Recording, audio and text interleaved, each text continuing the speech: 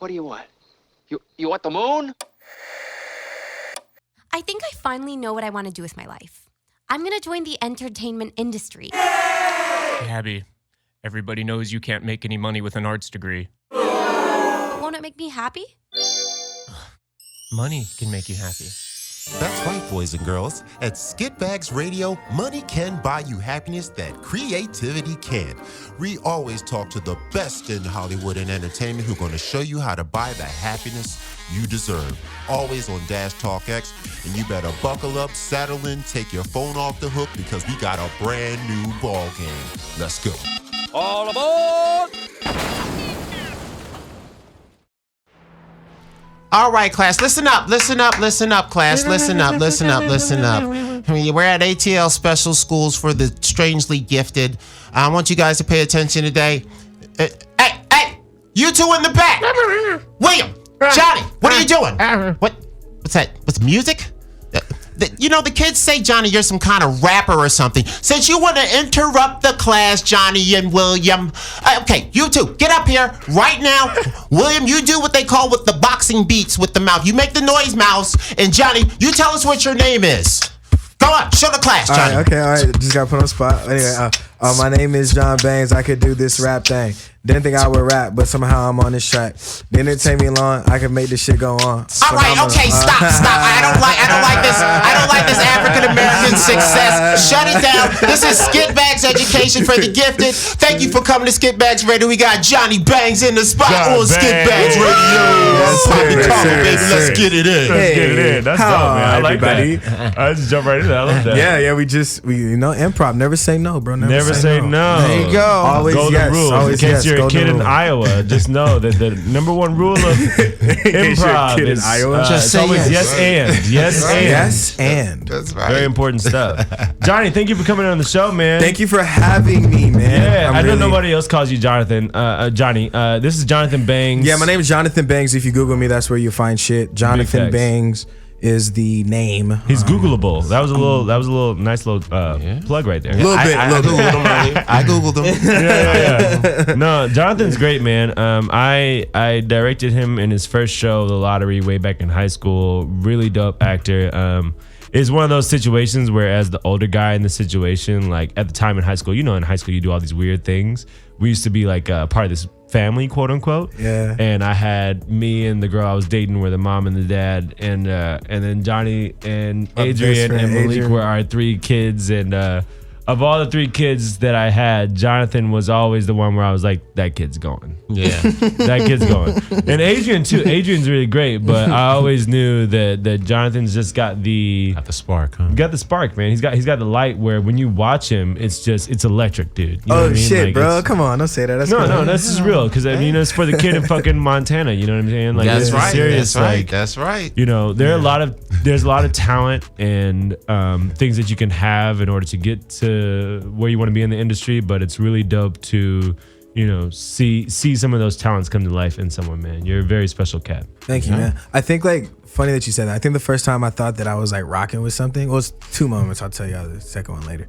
But the first time is like where you could attest to this, growing up on stage and talking in a room full of people or doing your monologue or whatever. It's that moment where you are in your character or whatever, but energetically you can feel everyone fixated on you, and it's when you have them in your hand, so like it's like a drug. It's like I'm a puppeteer. It's the same thing for rock stars. And the cool thing about that is, and just speaking on you and just what I've experienced of your work and seeing you, is when you're in that moment as a rock star, as an actor, as a whoever on stage or whatever, as a person from the audience, it's not even just like you're electric yourself, but oftentimes, like when you have a good script, like I've seen you work with some really good scripts. I've seen you work with some really good shows. Scripts. And when you have a really good and really bad scripts, yes, absolutely. The Lottery honestly was not a great script. It was not the best, but I really think that a lot of it comes to with what you're talking about, and like for example,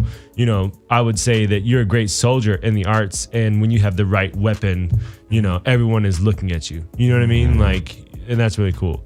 Let's talk about this movie. Let's talk about something to break the ice a little bit. So what's the movie that like inspired you the most? I mean, we were talking about this before. Easily, The Dark Knight. The Dark Knight. Which is very good timing because the new Joaquin Phoenix Joker film just premiered at the Venice Festival. Oh, it already premiered? Yeah. Well, it didn't premiere. It was like the showing at the Venice Film Festival. Okay. It premieres like October some shit. Wait, when is the Venice Film Festival? Because I know Toronto International Film Festival is going on right now. I think this one was similar because they just won a trophy for it. Nice. So like when was the? I know Toronto's this weekend, right? Or Toronto's this weekend. It's about to be this weekend. And then Venice Film Festival was when? Or late in the summer? Last week or 2 weeks ago. So early August. The VFF or whatever it was called. Yeah. Oh, VFF. Okay. Super sick, dude. Yeah, but it was. So what'd you think what about The Dark Knight? About Dark Knight? Yeah. Get into it. What is this inspiration? Where does this come from? I never seen what it happened was I never seen anyone. Okay, I'll just paint the picture.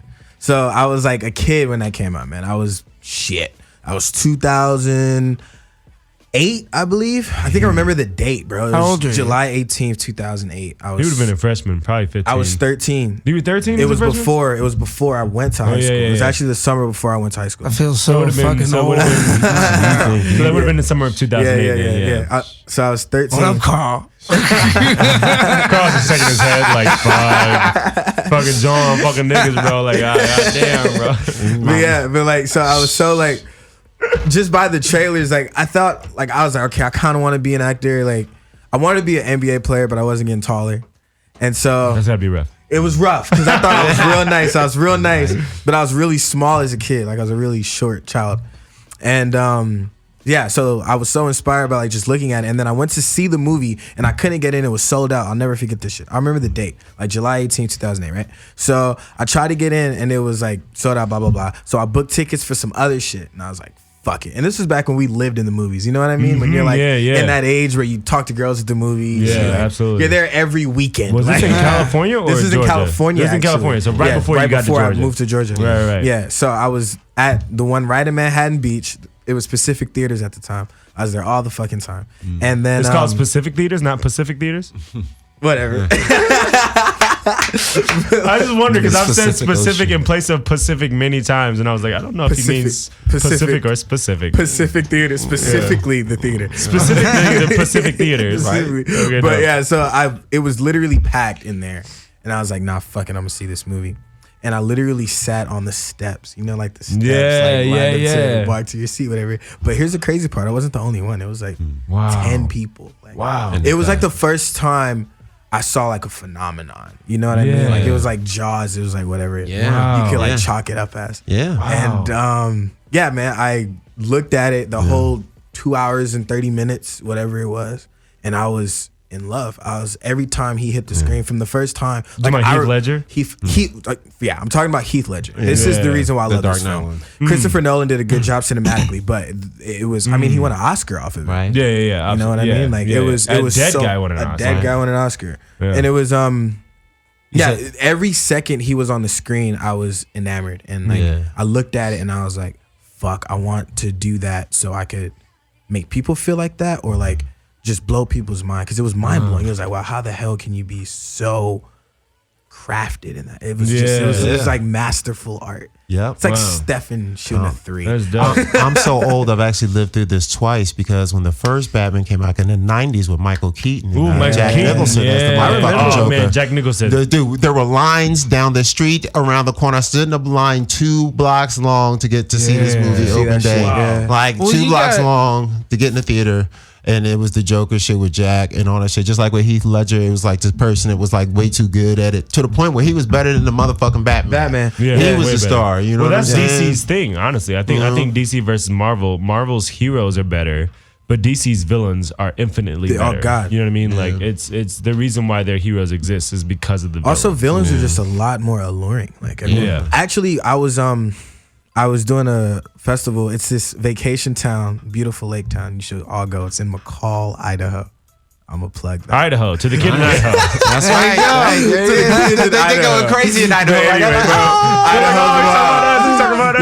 McCall, Idaho. Also, shouts out to Boise. If you ever want to go to a college town telling you, I want to go to a college town that's cheap and amazing and beautiful women and good food. Ooh. Go to Boise, Idaho. It's supposed to be the And number tell 'em one John place Bangz to sent you. move in the country. Bro, Really? bro, Yeah, it has I've the been there. highest growth of people moving there and the highest No growth of way. income. Over It's the Dallas? cleanest city. Fam, Yeah, Boise, like the Idaho shit. is lit, and I'm ahead of the curve. It's the new Portland. Boise, 13 years Idaho. ago. No, it's got to be is the new lit. Dallas, because Dallas was the capital of like, it was the greatest growing city in America for like the past 2-3 years. Yeah, but that's not the point. It My might have fault. changed now. Yeah, Boise, Idaho's popping. But the point is, I play this character in McCall for this like playwriting festival they fly people in, and I play like the slimy ass like piece of shit brother that was like always shiesty. You must be a good actor, because that's not your.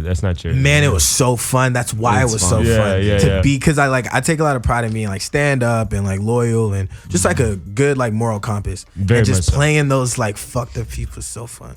Yeah. It's fun to be Wow, shiesty. that's dope. What's your favorite role you've ever played of all the roles? Timmy, I played a role called Hands. I should say something that was on. You should have said the Showtime, but- lottery. No, I'm kidding. I could've- okay. No, but you said Timmy from where? What is this from? Handsome guy going back to Boise. Yeah, I played it. I was in this theater. It was like for 3 months. Boise Contemporary Theater.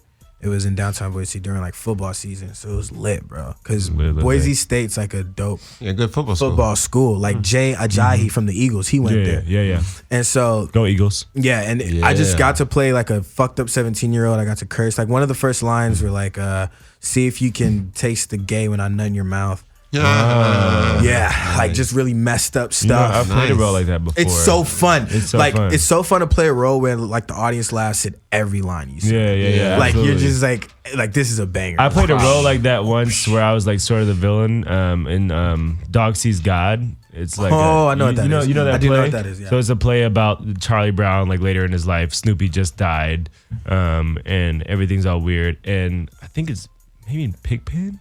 I played the character of like the guy who becomes Pigpen. Yeah. And he's like very germophobic, a cokehead, and very homophobic also. And in the play, I got like really like into the character. I hadn't done coke at this point. I wasn't method or anything. Like, I wasn't into that until later in New York. You know what I mean? Like that was you another weren't role. that deep in it. Yeah, I wasn't that deep in it, but I did get into the behaviors of what it means to be a cokehead, like the irrational anger and all that stuff, and all those little moments. And I did so good that no lie. And this, you know, Dawn Axum. Yes, I hate Dawn Axum. Yeah, no, don't say that. I used to kiss her daughter. I don't know if this is going on, No, but I which used daughter? to make out with her daughter, Which Francesca. daughter? Francesca. She's hot. Yeah, Frankie was hot. Frankie's hot as shit. Frankie was hot. Her younger sister's hotter than her now, though. Sam? Little Yeah. Sammy? Yeah, she's hotter than her for sure. Whoa, I can see that. She's got like this pixie cut and fucking doing great. I can Anyways, see that. our dance Shouts out teacher Dawn from high Axum. school, Dawn Axum, used to say, she said, one of the best acting jobs I ever saw was this guy who played Scar on Lion King on Broadway.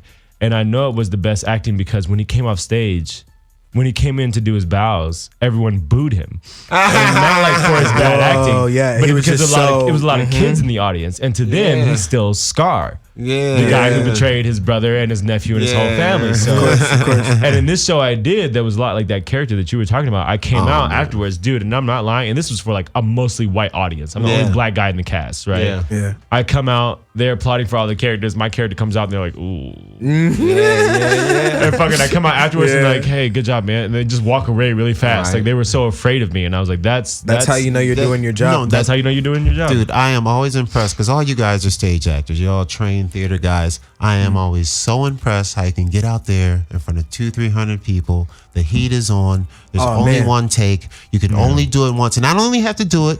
You got to make a motherfucking believe. Shit, you got to make yourself motherfucking believe. And there is no going back. Oh, that shit's like I the am gym. so impressed by that. That shit is like I that gotta shit is say, like though, the gym to me. It for really sure. is. I gotta say, Because though, especially because I come from like a sports background, like as a kid. And I told you. So like going in that arena and like it's just like sports. Like you have a game. Yeah. Today you have a game. You don't know it's how just many the moment. points you're gonna score. You don't know how many rebounds. You don't know if you're gonna get injured. You don't know what's gonna happen. But you know for sure you have a game. It's the no same thing second with the take. show. You know, tonight I have a show. Yeah. And whatever happens, happens. And it's just that moment of suspension that I think I'm addicted to. And just Can you talk to us a little bit about kind of your experience going from theater to film? Because you're one of the guys I've known who's done a very successful transition. And that's not easy for a lot of actors I know. Like, you know, Carl talks about, how he's inspired by that. But I see Carl do these shows at the comedy and all that stuff, and it's like that's sort of the same thing in that moment of stand-up comedy and just being like, I'm out here with these people doing whatever. But can you talk a little bit about your transition from theater to film? And so like I went to school for theater for 8 years technically. High school, it was like a Tri-Cities high school. Hey, represent. Home of the Bulldogs, Outcast. Try. Kenan Thompson, represent. Went to that school. And then after that, I went to Cal Arts, California Institute of the Arts, which was founded by Walt Disney. Nice. And we can get into that later. But so when I went through all that, I didn't do that much film, or I wasn't able to kind of figure out what are the dynamics of it, because at Cal Arts we didn't learn that much film work. So when I graduated, I was blessed to have like shorts and little things. I was in shorts, I was in like commercials. I was in a couple commercials. And the first thing when I graduated, I was in like this Belkin campaign. You know what Belkin is? I've heard. It's like tech company. Yeah, the tech company. It's like the routers and shit. Yeah, it's huge, right? Routers. So the very first thing routers and like chargers. Right? Yeah, routers and chargers and all that nerd. shit. Yeah, so like the very first thing I ever did, like literally 3 weeks I graduated from college, I was like, fuck, I don't even know how to like act on film. Like I need money. And then literally like after that, I got the Belkin thing, and then with gigs I got little small shit and some big shit. Like I learned how to be minimal on camera. Cause be minimal. That's so important. Yeah, it's literally like just existing. Yeah, that's what I realized on camera versus like with theater, you're living, you're taking up the space. They say on stage you gotta be really big and strong. Exactly, with the voice, you have to fill up the room. You have to hit the back of the house. You got to hit the back of the house. And then in film, if you do all that, man, that shit is terrible to watch. Yeah, it's terrible to watch. It's like, oh my god. And that happened with me when I was a senior in college. Like we took film classes for the first time, and I was like repulsed at how I looked. I was like, God damn, I'm doing so much. My eyes are big naturally. So like it was all these things of learning how to tone everything down. Yeah. And throughout like trial and error and projects, like learning in the work versus going to like a casting director session. Like I would say the first thing, luckily for me, like I got paid while learning. Right. Like would you say, I mean, this is one of the things that I kind of lived by it earlier on in my career, but I want to see your thoughts on this. I'm wondering, do you think as far as that transition and changing like that, do you think it's better to learn by doing, or is it better to learn by going to school for something? Like, for example, like you trained in theater for 8 years. Yeah. Would you think it's important to go to a film class after that to prepare for film, or do you think just doing it was better for you? I feel like it's everyone's different. That's the right thing to say. Yeah. But I say when you go up to bat in life, right? Everything's sports analogy with me. When you come up to bat, you just you take the balls as they come. Yeah. So my main thing is never turn anything down. Yeah, just do everything. Like do everything. Like if you get some little film shit that's paying you $100 and you have no film experience, take it. Do that. Why shit. would you not take it? Yeah. Versus giving $500 to this class that like what man, you're learning and getting paid at the same time. Yeah. My advice, if possible, get both. Like the greatest usually have both. Like Michael Jordan played the basketball game like probably an old white dude would, but he had a black cat body. You get what I'm saying? That's why people are usually really great at stuff. Yes. Ken Griffey Jr. and all those guys like John Olerud and those guys, they get hit because they learn the corny techniques of it, the foot, the thing, the way the ball comes out the pitcher's hand, how it looks, is sunshine, percentages. You know what I mean? And they hitting doubles and triples all day. Might not be a lot of home runs, but these are guys who win the game. These are the greatest players of all time and whatnot. So it's like, I think usually it's people that have a little both. And you got people that's sometimes natural and, lucky too and whatnot. But usually I notice when you got it just all natural, there's always a little something missing. Yeah, absolutely. I definitely agree that, you have to have both. For anybody who's listening to this show, I think, that there's a natural balance, talent man. for sure, but training with actors is super important, man. You got to be in classes. For example, I saw a post recently that was like, I'm not an aspiring actress. I went to college for this. Like I audition every day. Like I do this. So like when you get, what makes you an actor is not you booking gigs. What makes you an actor is the process. Are you going to classes? Are you in training? Are you acting? Going to see shows? And acting means going to classes. It's acting doing. means doing. Like When I was a kid, I saw this one thing with Don Cheadle, who actually went to my school too. Nice. So it was this thing where he was like, people come to him all the time and they're like, I want to be an actor. And he's like, well, do you want to be an actor or do you want to be a star? Because if you want to be an actor, you'll be acting. In any way, you'll be at someone's reading, you'll be doing someone's something, you'll be in someone's class, you'll be making it happen. Like, if that's what you want to do.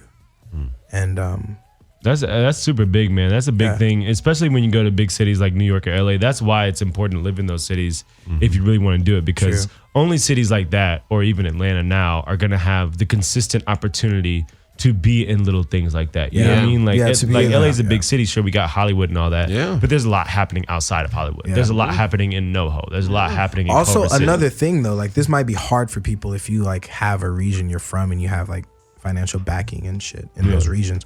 But there's things, what I've learned in my 2-3 years just living and traveling, like there's pockets everywhere. And there's great pockets and there's great art. What do you mean by pockets? Pockets of like Seattle regions, like regions of like there's where art work, happens. where art happens. Like Chicago, there's shit. Speaking of which, you did a Shakespeare thing recently. Was it Oregon Shakespeare Festival? That was, well, not that one, but that was a year ago. A year ago, last year. Yeah, last year. OSF. Oregon Shakespeare. One of my mentors is the artistic director, Nataki Garrett.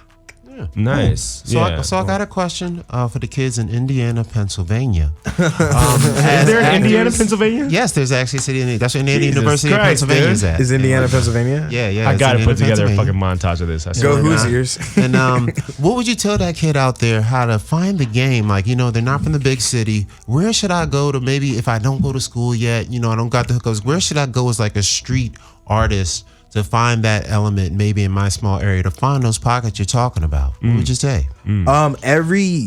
So even if you live, so there's this thing called equity theater, right?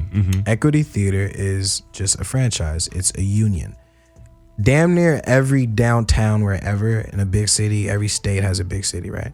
No matter what, the downtown of that big city, there is an equity theater.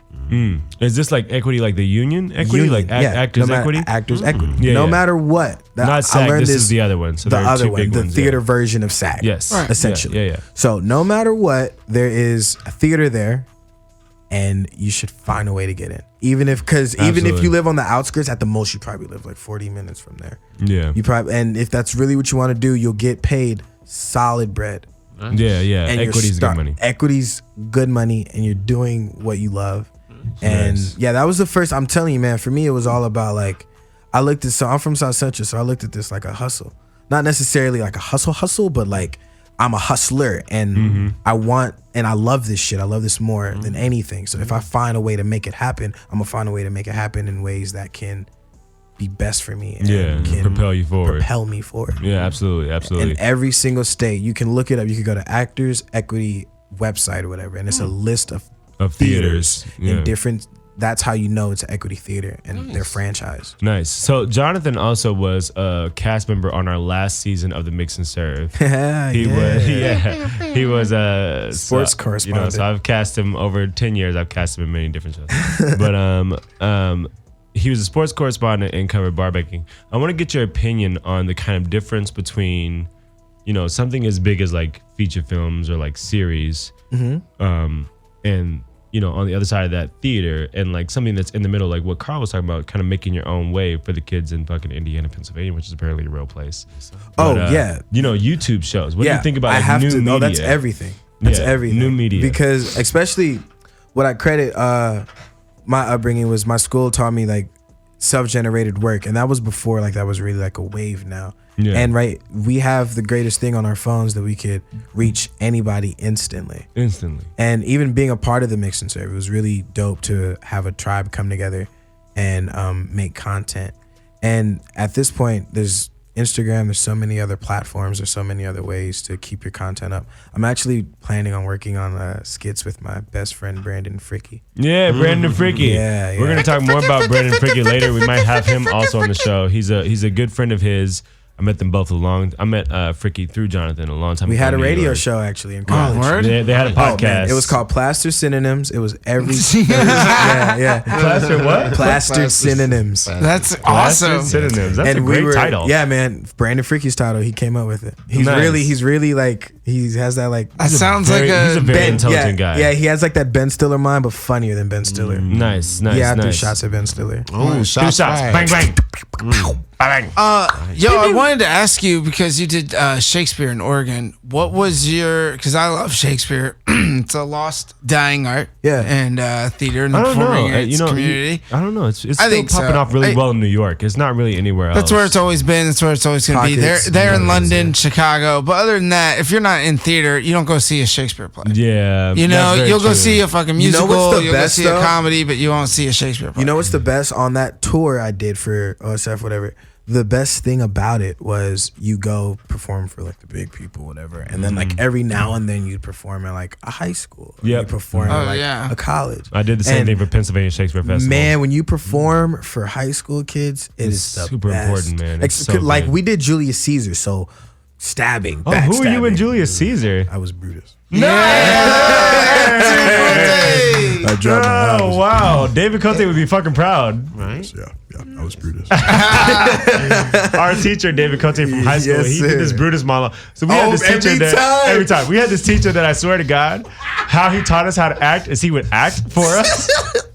He would like start off. He'd be like, "You guys gotta do it like this. You gotta do it like this. Friends, Romans, countrymen." He would like fucking just get right And then he'll into just it. drop right in. Like he'll be pointing like David Cote, venting, David Cote, man. yelling at children that don't understand. One and then day he'll we're gonna drop be right in a big different place, and David Cote will still be who we represent for sure. Oh, he's my God. a huge influence on our For lives. sure. I wouldn't like know how to act without that proper foundation. Throughout Absolutely, the way, dude. it's been a lot of hands. Even you, bro. I'll give you. Oh, thank I'll you, give bro. your flowers while you're still here, Yeah, dog. yeah, please do. Give your flowers while you're still here.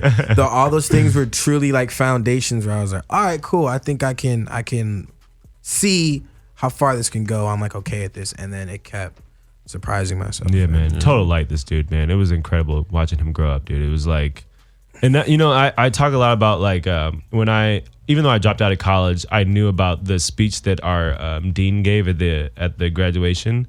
And one thing he said that was really important is to be successful in this business, in entertainment, you need 2 of 3 things.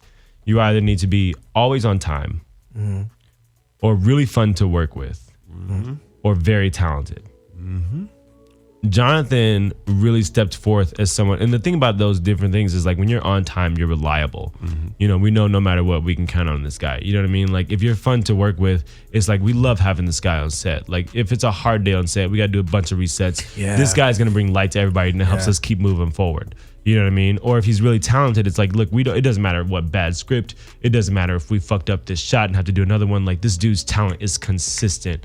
And that's what those are 3 qualities that you have all 3, and it's been really nice to see that. So for the kid in fucking Idaho or whatever, you know, fucking I just keep saying Idaho because I love that. It's a fucking place. wonderful place, Hey, man, man. and they need to hear the It's talk. the best Yeah, yeah. place. You got to get down with at least 2 of the 3. You either, you know, if you have no talent and you know you have no talent, Yeah. like, because you know you should just be able to recognize that. You know, it's hard, but that's you know. most important. What the fuck's your excuse, bro? I don't know, man. I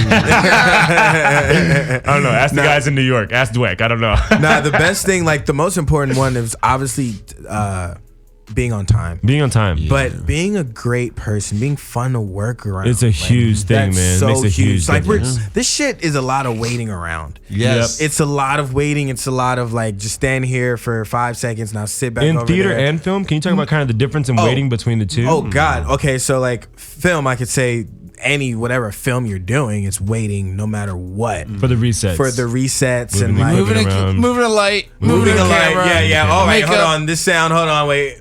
Airplane. Yeah, airplane. Airplane. Like, Pause for airplane. pause for airplane. Car. Game All right, back to Ice 1. cream truck. Ice cream truck. All right, lob is not working. Reset the lob. Start back at 1. Yeah. Yeah, That's man. a funny comedy skit. Somebody living their regular life like that. Yeah. Like you want to just say something, but you can't talk while some. Oh, that's a great like skit. Like someone that has a disorder where they can't speak and another outside noise is happening. So funny. And then after it all comes out, and at the end he dies, and then somebody else walks up and goes, "Action!" That's awesome. All right, so that will be available next week. Yeah, absolutely. Next week on Skitbags. But yeah, so that's how film is. Waiting like that. Now with theater, I say like the most waiting you'll do is in the rehearsal process when you're like. So in these professional ones, you have like 3 weeks essentially to put up a show. That'll go up for 5 weeks if it's extended, maybe even longer. But yeah, that's how that goes. And then the most waiting there is like teching or like Tech Week. Yeah, Tech Week's the worst, man. Worst, especially for actors. It's really hard. Yeah, it's really hard. For directors, it's like that's your creme de la creme. Like that's where you gotta really. That's where you get your little like review in the newspaper. Yeah, like, that's how you get your shit. It's off. tech, and then previews are really the directors. Big. That's your big call time. You know what I mean? Yeah, but for actors, exactly. man, it's rough, dude. You get tech. Like you literally say 2 lines, hold, and then you're holding for 25 minutes while they figure out how to light you. Yeah. It's for you, but it's like, God damn it. Just stay in that same position. And you can't like walk off and go talk to anybody else about anything else. You literally have to Do the stand light. in that position. Do you ever find in those positions in tech, like, because we talk a lot, well, we don't talk on the show, but I've talked a lot in my life about marking, which is to say, like, when you're in theater, the term marking means rather than going the full emotional extent of the moment, you kind of mark the emotional, or for dancers especially, rather than do the whole dance move. I feel like halfway. Doing it half-assed. Like I feel like we could even put that into film sometimes. Yeah. Like I feel like in the theater aspect, if you are still like trying to figure out your character, because Tech Week is your last chance before people absolutely put butts in seats. You know what I mean? Yeah. So in that last part, you're like, if you really need to try to figure out some moments, maybe give your all in those like Tech Weeks moments, because you might find a discovery that can propel you for opening night and things like that. So even though they're going to stop you, even though they're going to stop me, I do that sometimes. Like That's if dope. it's like even like 4 lines in, it's like I really haven't figured this line out. Yeah. Let me put my all in this. Yeah. And Was the director on the God mic just like, all right, thank you? yeah, a little bit. That does happen. God Mike. That was great. That was great. Can we reset? Yeah, but it's like, nah, F him. Like I need to make sure for the I have guys my tools. listening, God mic for a director means basically when you're in the theater, you can attach a microphone that will come over on the loudspeakers, and not much comes over those loudspeakers besides sound effects and music that you need for the show. So you don't hear any voices usually. Like with film, sure, like you'll have a guy with a megaphone yelling. It's the same out to premise. A It huge film serves the set. same function. Yeah, a huge film set. You got a guy with like a megaphone, speakerphone, be like, everybody move that back to one. You know what I mean? But with theater, it's like that God mic is just a director being like, I did. It's funny.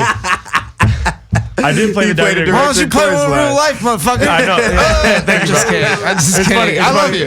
No, fuck you, Devin. Okay, so it's funny. Actually, when I did the lottery, you directed that, but played. I directed the lottery at the same time that I was doing a chorus line in high school, and it's funny because Johnny will remember this. You remember when they were taking down the theater in our high school? Yeah, they were changing it. They were tearing down our old theater and building a new one, so we didn't have a theater space. So any space that was for rehearsals went to the musical theater crowd, because if you practice theater, you should get used to the idea that more often than not, the business will favor musical theater because they think it's financially better. I disagree, because I think theater comedy, actors go more towards film and towards comedy, and it's comedy, financially better. That's what I realized in my time. Yeah. But when we were doing this show, we didn't have a rehearsal space.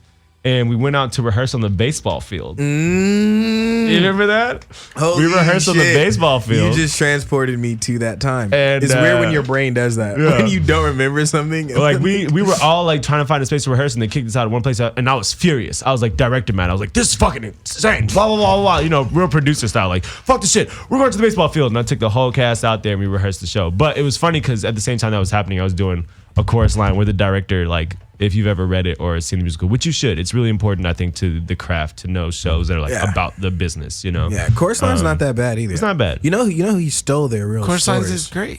Who stole their story? He stole that's how that was constructed. Really? Like Really? those are he brought him in like on some workshop shit. He brought some New York actors. Watch out for those in. workshops. He brought some actors and he was like, "Tell me your story," and then they said their story. Have you done any workshops or like workshops of like plays or like workshop readings, play readings, and stuff like that? Play readings. What do you think about like huge. play readings and workshops and just that It's kind when of people process? see you, man. Like I said, be seen, be seen, be seen, be seen, be seen. That's dope. be seen. Yeah, big like facts. play readings can get you in front of someone. Like 9 times out of 10 when they're having like a reading or something, they're inviting people of the business. Yeah, You know? absolutely. Like no one that's normal is just saying like a Absolutely. I definitely feel like too, like theater is one of those places where it's like the mafia, dude. yeah, when you're doing something more often than not, especially if you're like in college for theater and you're listening to this, Yeah. when you do your showcase at the end, most of the people who are going to show up are industry people that Exactly. were invited. Yeah. And a lot of the gigs are like that later in the business where it's workshops and play readings where it's industry people that are coming. Yeah. I feel like that's most of theater in general. Like most people that see theater are people in the industry. I go as Yeah, but you to work in the scout. industry. Yeah, but for like scouting For talent. scouting, Like, yeah, exactly. Yeah. For Yes, scouting absolutely. talent for films, Exactly. I go to showcases. That's one of the few things that I feel that lacks in LA is a stronger theater community. Oh, you for know, sure. that would be the best. So One of my come out big- here, yeah. theater actors. We want you.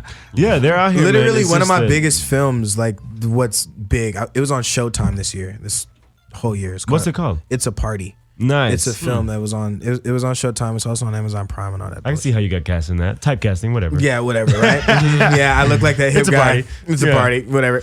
But like how I got it in terms of big, you know what I mean? It was off of a theater gig, and it's all off of being seen because people Yeah. scout and yeah. Yeah, that's dope, man. I wanted to talk a little bit about Cal Arts and your experience there. So like, take us on that journey. How'd you get in? I What was was the it man. like there? He was. I was the man out there. He proved it to me when I came there. Yeah. When I first moved out to LA, I came and stayed with Johnny while he was doing his senior year, I think, at Cal. I think it was my junior. It was your junior? It was my had last. one more year It was after like that? the last 2 months of my junior year. I know. You're right. You're yeah, right. it was Because the you last- graduated the year after that. The year after that. Yeah, I had to come back up for You had to come for the graduation, Yeah, but I was man. We were legends. Like Van up Wilder up in that bitch? there. Man, I was Worse, like P Diddy. this dude was Hove, man. I like, was Hove up there, man. like, I dude, can't even like, cap. Johnny Like, was that dude, man. Like, It was fun up there, man. Anyway, so Cal Arts is California Institute of the Arts, and it was founded by Walt Disney. He made a lot of money off of Mary Poppins, and he was like, I think I'm gonna build an art school. And he had 2 places he could have put it. He could have put it. Have you ever been to Pepperdine? Yeah. in California? It's beautiful, right? Malibu, right? yeah. Pepperdine's beautiful. Uh-huh. He could have put it in Pepperdine's campus, or he could have put it in Valencia, where at the time was nothing but places where like Russian mobs like buried their bodies. gang. Gang shit. gang shit. So he built this school in the middle of Valencia, and it looks like a hospital because he literally said this, just in case it doesn't work out, we'll make it a mental hospital. Like that was Wow, Walt Disney. that's Crazy his as a thing. loon. Like if it doesn't work out, we'll just fucking do it. But I went there for 4 years. I auditioned on the campus actually.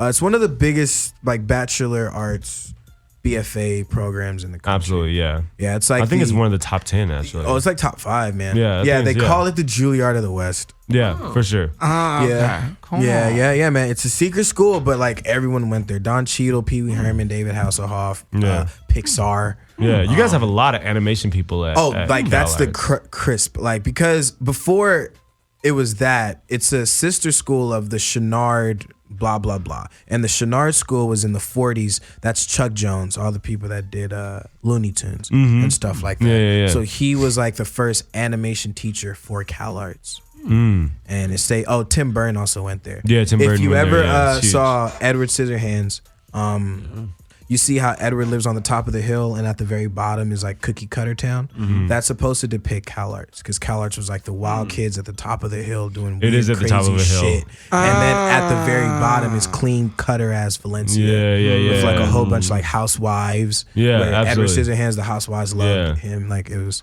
that's the. That's fucking awesome. I didn't know that. That's Cal cool. Arts is really cool. No, Cal man. Arts is in a Definitely- lot of shit. If you ever, also another Cal Arts thing. If you see A113 in any Pixar film, like it's on the I back see of the that license. all the time. All the time. What that is the like homeroom they had, their like animation room. Wow. It was called A113, like the drama room. I was in C105. So it's always a Wow. letter and 3 numbers. That's dope as fuck. That's dope. Yeah, Cal Arts stuff, man.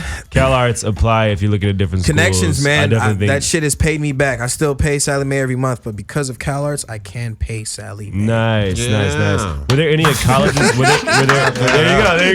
For that, man. Pay Sally Mae. Them student loans, man. There you go. It's rough. But as long as you can pay because of the shit that why you paying, you're doing right. Absolutely. Yeah. Were there any other colleges that you applied to when you applied to Cal Arts? I don't tell this story too often. All right. This is the place to do it. Remember Robert Connor?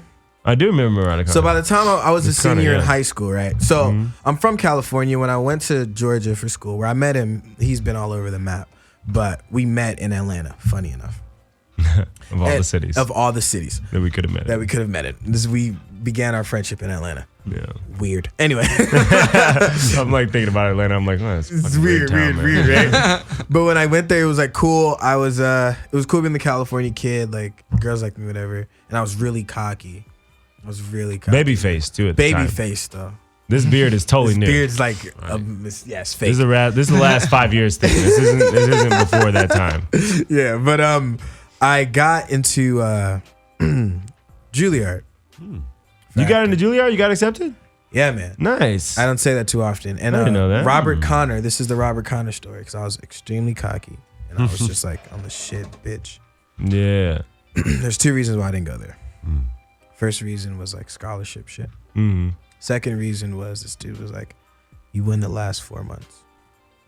Say you get kicked out, da-da-da. Like, you just won't be able to like keep the regimen, right? And at first I was like, wait, fuck that guy. I don't want to do that shit. Now this is how Cal Arts happens. I got into that, I auditioned for Cal Arts that I got accepted the Friday via email. And I had an audition the Sunday for Cal Arts. And when I saw one of my first teachers, Mary Lou, who's like a Shakespeare god, I loved it. And it was California. And I'm gonna be honest with you. It was California. It was the weed. It was the fact that it was home. Yeah. I was 18 years old. And I was like, I'll make it happen. Like, I don't need to. Yeah. You know what I mean? It was better financially. That's dope as fuck, man. And I didn't know you got accepted to Juilliard. Yeah, I You don't never tell told a me lot that. of people that. Well, so does Cal Arts and Juilliard have like beef in the streets? Slightly, a little bit. It's like, yeah, slightly, a little shit like that. Yeah, I had my audition for Juilliard and I walked out in the middle of my audition. That's right. Fuck That's well, just- because they were so fucking rude. No. And I was just like, I walked in. There's 3 all cuts. the actors and people in the room were rude. I didn't like New York immediately when I showed up. Like I drove into New York and through the Lincoln Tunnel, I was like, fuck this. I'm not into it. This is maybe my second time in New York. And I was like, no, this is terrible. I hate auditioned it. in San Francisco. See, that would have been different. That If I had changed it. auditioned for Juilliard somewhere else, it might have been different. But auditioning at Juilliard, like at their school, Oh, that would fuck me up. their teachers, their students, they're the rude. environment, everybody was so fucking rude. I was like, Yeah. I don't care. Like, No, that's what eat it a was dick, for me, bro. man. It's truly, it's not about name, man, because a lot of those people go there and they're not doing anything afterwards. It's all about like what works for you and working while you're there. Like the name isn't shit. It's like the leagues. Once again, here comes another sports analogy. Like you can play for the Lakers, but if you're not producing the work, you're just a dude on the bench. Like, that doesn't Right. really mean you're getting paid. Six Absolutely. figures. I think that those are my big takeaways from college too. I don't know, man. And to be fair, Those the people fucking at Juilliard, paychecks, I'll be that dude on I was gonna say, I was about to Fuck say you talking 6 about? figures. I'm about to 6 say, figures. For the Lakers, I'll take the Yeah, I was about to say Yeah. everybody in New York is rude. So to be fair to the Juilliard people, Man. we're all Yes, assholes. yes. Yeah, But yeah. here's my thing about Juilliard, because I trained at many other institutions in New York, private studios, as well as like like auditing classes at NYU and stuff like that. And Juilliard, I think, because of that pretentiousness of being Juilliard, like I'm not joking. Like when I walked into my audition room, it was a huge room, and they were like way on the other side of the room, and there was like a piece of tape like just right Don't as soon cross as you walk that. inside the door. They were like, yeah, just stand at that tape, and I'm like across the room. I'm like, okay, give us your thing, and I'm like, I'm will to sign blah blah thing whatever, and they're like, all right, start, and I was like,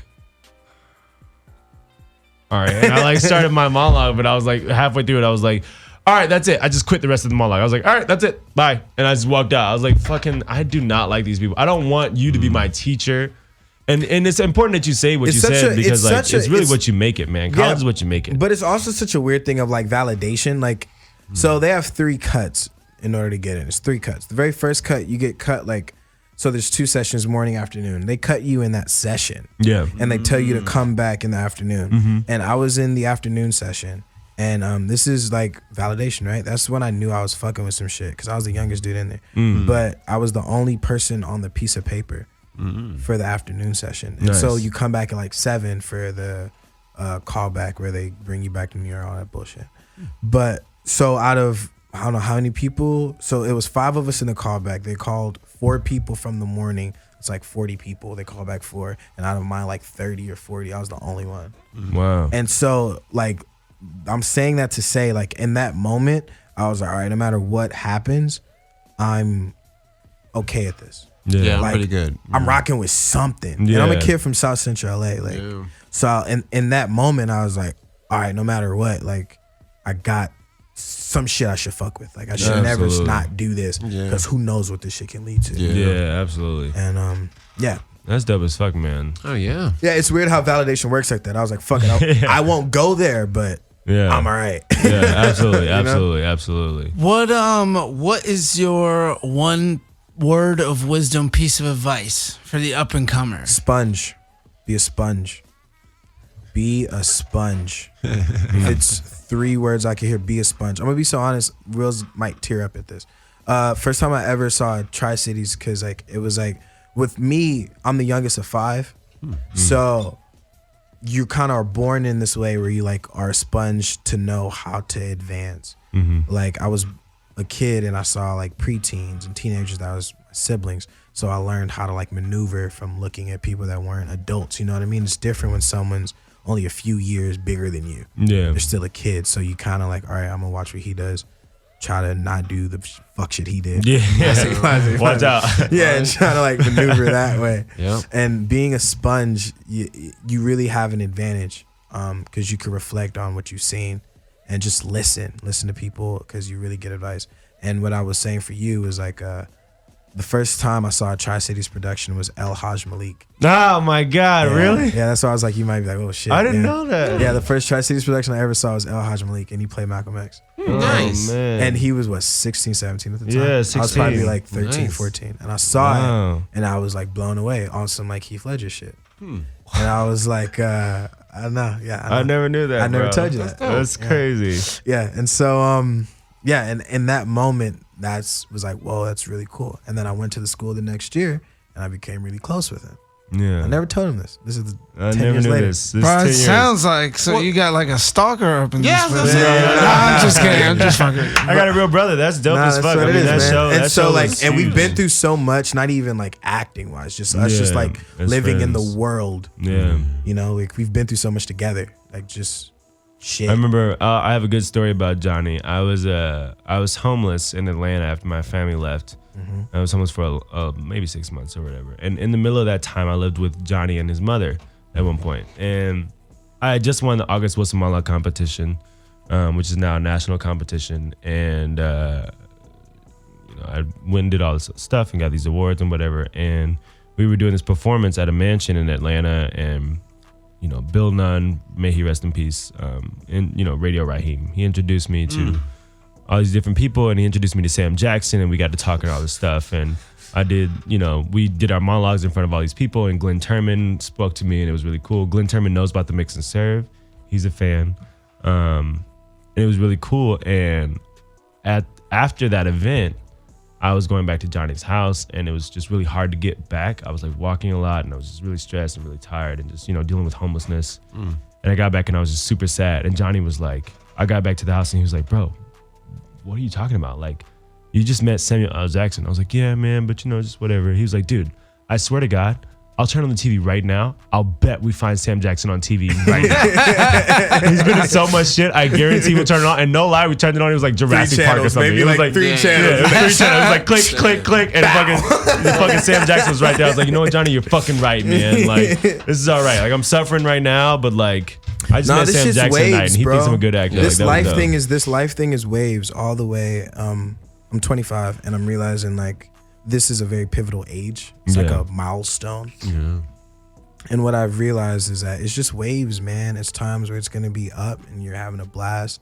I've had wonderful, wonderful times out of state, getting money, talking to girls, having a good time. Just living, bro. Like a young kid, just living. And had times where I was like, fuck, I don't know what's next. And you just gotta like stay the course and persevere and just be a good person, man. I'm really big on like the universe. It's like a plant. If you're good to the universe, it's gonna reward you back.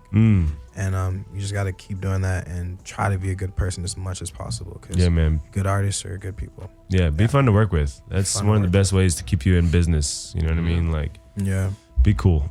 That's a big LA thing because New York is a little bit different. Like the 3 things you need to be successful, it's a little bit different in each place. Like in LA, of the 3 things of being talented, being fun to work with, and always being on time, I would say being fun to work with is arguably the strongest thing you can do in LA. Yes. Whereas in New York, it's really being on time. New York is very punctual. It's Yeah, they very, don't really like, care about you being. They don't I give a say fuck how this all the talented you time. are, how cool you are. They're say like, this are all you the going to be time, here man. or not? You Yeah, know? like the biggest difference between New York and LA to me is like New York, they're like up front, like aggressive in a sense. Yeah, Yes. To where even East Coast, like Philly, Yeah, it's an everything. East Coast thing. Yeah, Yeah. Philly, Baltimore, all that. Like it's very like aggressive, and then you'll find through knowing them that it's a heart of gold in there. Yeah. But on the West Coast, up front, it smiles and it's like, "What's Yeah. up? We're all high, we're laid back. Like, Yeah. come on, come kick it." But those are the snakes. Those are Yeah. the people that talk shit about you when you go to the restroom Yeah. and you leave the living room. You know what I mean? Yeah. That's how my hometown is. Yeah, it's crazy. And I honestly, I don't even think it's honestly the people that are really from LA to do No, that. it's I because think it's a melting the pot. transplants. that Yeah, come it's here. a melting pot of so many. No one's from here, man. Yeah. Like that shit's rare. When you Yeah. say you're from here, people are like, really? It's like, yeah. Yeah. Yeah, they don't Yeah. want to. They don't want to hurt your feelings and whatnot. They just they're being too nice. Yeah. A little yeah. too nice. 'Cause They'll they rather can- say it behind the scenes. Yeah, Yeah. they rather know they're not coming somewhere, but they will promise you they are. And then you have that Yeah. moment way later where they're like in the middle of some argument, they're like, nigger. Yeah, So, exactly. exactly. Just like with Exactamundo. just like with the man whose name is not to be mentioned. Not to be mentioned. Don't worry, we'll get We into had it. Carl have an incident recently. For the black actor or black artist watching this, you will come into contact with instances of racism many throughout the business. I've been called a nigger in auditions. I've been called a nigger on stage. Crazy shit happens, and it's like what Johnny says, man. You gotta have that kind of perseverance of like that. You know, I know what I'm doing. I have this dream. I know I'm good at this, and I'm not just that thing that they label me as in this moment. That weak person. You know what I mean? Exactly. Like, Yeah, so Exactly. keep your head up, kiddo. yeah. It'll work out. What is your dream job or thing you would do with unlimited resources? Howard Hughes. Hypothetical. What do you mean? Wait, Howard Hughes. Hughes? I'd be Howard Hughes. Oh, okay. In Howard the Hughes? sense of, no, well, rest in peace to the dead white guy, but like, Oh, you mean Hugh Hefner? no, Howard Hughes. No, Howard Hughes. Hughes. Do you know No, that? I know. Isn't Yeah, he I a was asking singer if he. or something? I know that Howard there's two Hughes, different people. no, he was like kind of was the first like entertainment moguls of the golden He's age. kind of like what You ever Elon seen, was back then. The Aviator? To a little degree. Yes. Yeah. Yeah. So versus the Aviator, Leo him. played Howard Hughes. Oh, nice. Yeah, yeah. So versus the whole like planes, obviously it would be I just want to like build shit, make shit. I rap. In an ideal world, I would be at the top of both levels, mainstream wise. And You'd be the Hove and the Will Smith. I'll be the Hove and the Will Smith. Yeah, Will But Smith. I dig it. then here's where the Howard Hughes comes in. I'll like build infrastructures because I come from like theater, come from like immersive shit and things like that. So I will build like experiences for people, Yeah. in different towns and like big, like kind of like festivals, but not like Oh, wow. That's dope. That's a dope everything idea. in one, like festivals. Have you been to Burning Man?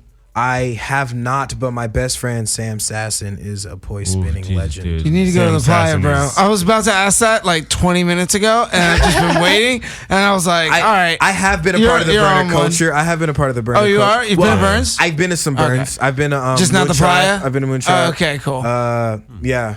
So Alchemy back in Georgia is my home burn. really? It's in Chattanooga National Forest, just Yeah. like 45 minutes, an hour north of Atlanta. Dude, Yeah. I can't even imagine the burner culture in the South. How is it gotta be over crazy. there? It's great. It was my home burn. I didn't know what a burn was, and my buddy was just like, "You got to go." Like, and I trust him. Yeah. He's one of my good buddies, so I'm like, "Fuck it." And we went to Bonnaroo together, so I was like, "All right." That's on my list. Bonnaroo Cool. Festival. This Bonnaroo was Festival before outside. Viacom bought it out, though. This Yeah. was when like Dave Matthews and like Fish and Widespread Panic were playing there, Oh, so it was like shit. not commercial at all. It was still hippie fest. Yeah. But anyways, the burn in Alchemy.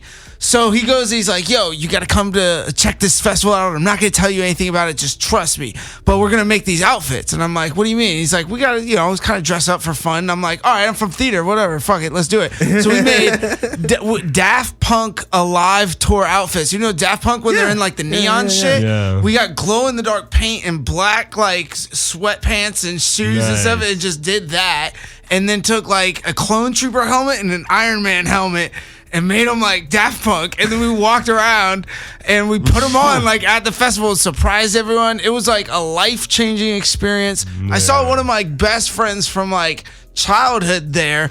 Look, I'm tripping on acid, sitting in a tent on a bed. And I'm like, this is where I got the name Sailor Dev at this first burn. Really? Yeah, because I would wear my pirate jacket, and I would walk around with a bottle of Sailor Jerry. You've had that pirate jacket for years and years. Dude, years since high school. Oh, like a fuck. true pirate. Like a true pirate. So, and I would have a bottle of Sailor Jerry, and there's like Sailor Dev. Anyways, I'm sitting there like in the middle of the night, in the middle of this like crazy place. Never thought I would see anybody I know ever.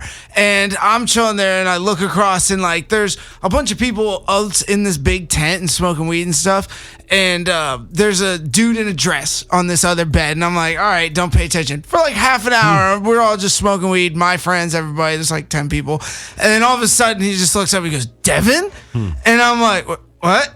And it's like one of my like childhood friends that like our families know each other that I grew up with. And he runs over and gives me a hug. And I'm just like, bro, I'm so overwhelmed right now because my head's so full of acid. He's like, oh, sorry. Like he wasn't wearing underwear. He's like, my balls are hanging out. Sorry, bro. And I'm like, bro, you were tripping. Like, what are you doing in Georgia? Get the fuck away from me. I love you. Man, it was awesome. It was awesome. Yeah, It was, I encourage it. But that's my favorite one, by the way. What? Loose. Yeah. Fungus. Yeah, Lucy Fungus is for me, Lucy man. is my lady. Lucy's my lady. I'm an acid guy. Yeah. Shrooms are great, but acid is just. Have you ever been a Joshua Tree on acid? Oh man, yes. No, I haven't been to Joshua Tree yet. Oh my God! I need to go out. I'll do such it. a yes. I threw a party out there one time. It's getting cooler. I'll do it now. I wasn't in Cowboy. You were married. Oh, let's not talk time. about that. Yeah, you were married during that birthday party. Well, I was married? Yeah, that was when that's why I went to sleep on you when you came up to Valencia, because the day before I was on Lucy in the valley. That's why my wife this was guy really mad drove that I all tried the to way to come. Valencia to come chill and smoke, and I went to sleep on him because I was perma-fried. My ex-wife was perma-fried. Yeah, and she was pretty pissed about Do you that. say that word? Perma-fried? Yeah. I guess so, yeah. Have you ever? No, the reason I ask is because What? when I did, me and my buddy, who may or may not be affiliated with Skitbags. I don't know if I want to tell the story, so we'll remain nameless. But we accidentally did 30 hits of liquid acid each. Oh, yes. Oh, okay. You guys know this story. I do know this story. But don't, let's just, anyways. How long were you? 27 hours, and then coming down for like an additional dude. 6. It was crazy. Fuck that. 27 I don't need that much hours? Yeah, like hardcore tripping. You know how Anyways, when you trip one tab, you're like, this is going to be forever. Like, Yeah, I know. I know. When it's like 8 hours in, Like 8 hours, you're like, fuck. Is this really the rest of my life? But I said, like, we came up with a term, me and my buddy, while this was like on the come down of it, we were like, I'm perma-fried. And we've been saying it since. So like, you said that and it just triggered. I was like, wait, just got perma-fried. what? I was like, am I back in the Matrix? What's going on here? That's hilarious. Dope. Yeah, no, I love that shit. It's my best. Well, dope, man. Use drugs responsibly, though, kids. Is there anything that you want to plug? Anything you got coming up? I know you make music. And I do make music. You do films and stuff. Anything all right, you should be watching? I'll say for? 2. I'll just leave it to 2. I'll leave it to 3. All right, you can plug anything you want. You I'm can in, plug as many as you want. I'm in 3 things. 3 things are happening. I'm in the show downtown. It's called Cages. It's I can't speak too much on it because I'll get sued. But at some point, yeah, it's downtown. It's this. Speaking of immersive, it's this crazy thing. I have my own hologram. There's other so holograms. Dope. Yeah, I want to come to this it's now. expensive as hell, but we'll talk. Nice. Yeah, it's really amazing. There's live music. There's holograms. I'm your guide. I tour you through. It's like Tim Burton-esque. I have like that type of aesthetic, makeup and shit, and it's really dope. And it's gonna be around for a while. That's all I can say for now. That's that. The second thing, musically, me and my boys will be releasing tracks. I do make music. My name's John Bangz, rap name, Jon. Bangz, Bangs. Hopefully we could collab on a song release or something. We'll make that happen. Yeah. And then the third thing is a short film that's kind of picking waves. Just pray that it goes to where it's supposed to be going. We just got through the final round. Nice. And let's see what goes with that. Nice. That's dope as fuck, man. What's your Instagram or place where people can follow Jonathan Bangz. I just had to change it for my agent. Bangz, Bagns with like 4 S's. But if you type in Jonathan and Bang, it should pop up at that point. Yeah. And also, you only have 2 posts on your Instagram. I just noticed that I just deleted yesterday. that. I just That's how you know you're big like time. everything. No, you got to take it down if you want to be big time. When you get big, take it all down, one photo. That's all you need. One photo. Yeah, and I'm about to start it, about to kick back in because of these Matter of releases. fact, now I know that I'm going to follow you. You only got to follow me back. I know I'm going to follow you. You don't even got to follow me back. I'm going to follow you back, dog. He only got 2 more. I got to do that for just 2 We'll follow you back. Oh my God. And you know what? I'll say this, reach for a star so if you fall, you land on a cloud. Hey. There you go. Carl, you want to do your plugs, bro? Oh, yeah. Poppy Carl on the Insta Jesus, Mr. C-Force on the Twitters and whatnot. Always check out Carl Anthony for President, Tony 2020. I'm really fucking running. Fuck with your boy. I got good policies, even though I look crazy. Yeah. Also, check out the Ding Dong Show, which is on Mondays at the Comedy Store with Don Barris. We in a resurgence. We had some incidents, but we always rise like the phoenix from the dust. Yeah, we got some also, incidents. check out the GT's Comedy Jam, which comes on twice a month. Check out the GTComedyJam.com with GT the Gangster Taco Topolian. Also, check out The Clapper, which is out there on the Netflix. Check out motherfucking The Office Uprising and whatnot, which on Crackle. Check out Scramble Film, which on iTunes. The Scramble movie where I play Black Jesus. And always and forever love this place in Skitbags Radio. Skitbags Radio. Dev. Yo, Sailor_Dev. Skitbags Radio on Instagram. What we got? We got Fight Dub episodes coming out. Got a new one dropping this week. New one dropping. And we got Jay and Silent Bob reboot coming out in October. Madness in the Method out right now. Yes. Go sir. Grab your shit. Amazon, all the platforms are everywhere. Absolutely. So go like, share, follow, give a shout out. We got big news coming. So yeah, we'll be looking forward to you guys. Dash will be closed when you guys are hearing this. So we'll be on hiatus. We relocating, new facilities, upgrade. That $8 million investment be put to loose. And last but not least, rest in peace, Neighborhood Nip. The marathon continues. Neighborhood Nip, rest in peace. Rest in peace, Phoebe, the Skitbags mascot. Rest in peace to my sister-in-law. You're all doing great. I guess. Well, do you want to do a shout out? Yeah. We can go down the dark road. I'm crying with you. I'm not going to go too far down the dark road. I just want to say that there's plenty of rum after the show. I lost like my sister-in-law earlier this morning to a car accident, and my brother's real fucked up about it. It's real crazy, but the thing that's important to me is just finding. One of my friends said to me last night when I was going through it was like 2-3 in the morning. She was like, in moments of grief like this, like you have one of 2 choices. You can either embrace hate, blame yourself, blame everybody else, or you can embrace love. And I chose to embrace love, man. So I'm really grateful for her life and her voice, and my nephew and my brother and everything. Will Toussaint at Instagram. It's Will Toussaint, I think. It's Will Did Toussaint. you change it again? No. I thought about it. After Tokyo Cum Punch. I've still been thinking about it. Actually, I just recently saw Tokyo Cum Punch perform at the After Hours here in LA. She did a rap set and I went and saw her. So that was super dope. Yeah, it was good. She been getting it in. So it's Will Toussaint at Instagram. Twitter is Will_or_won't. I don't really write much on there, but every now and then I may share some porn. Facebook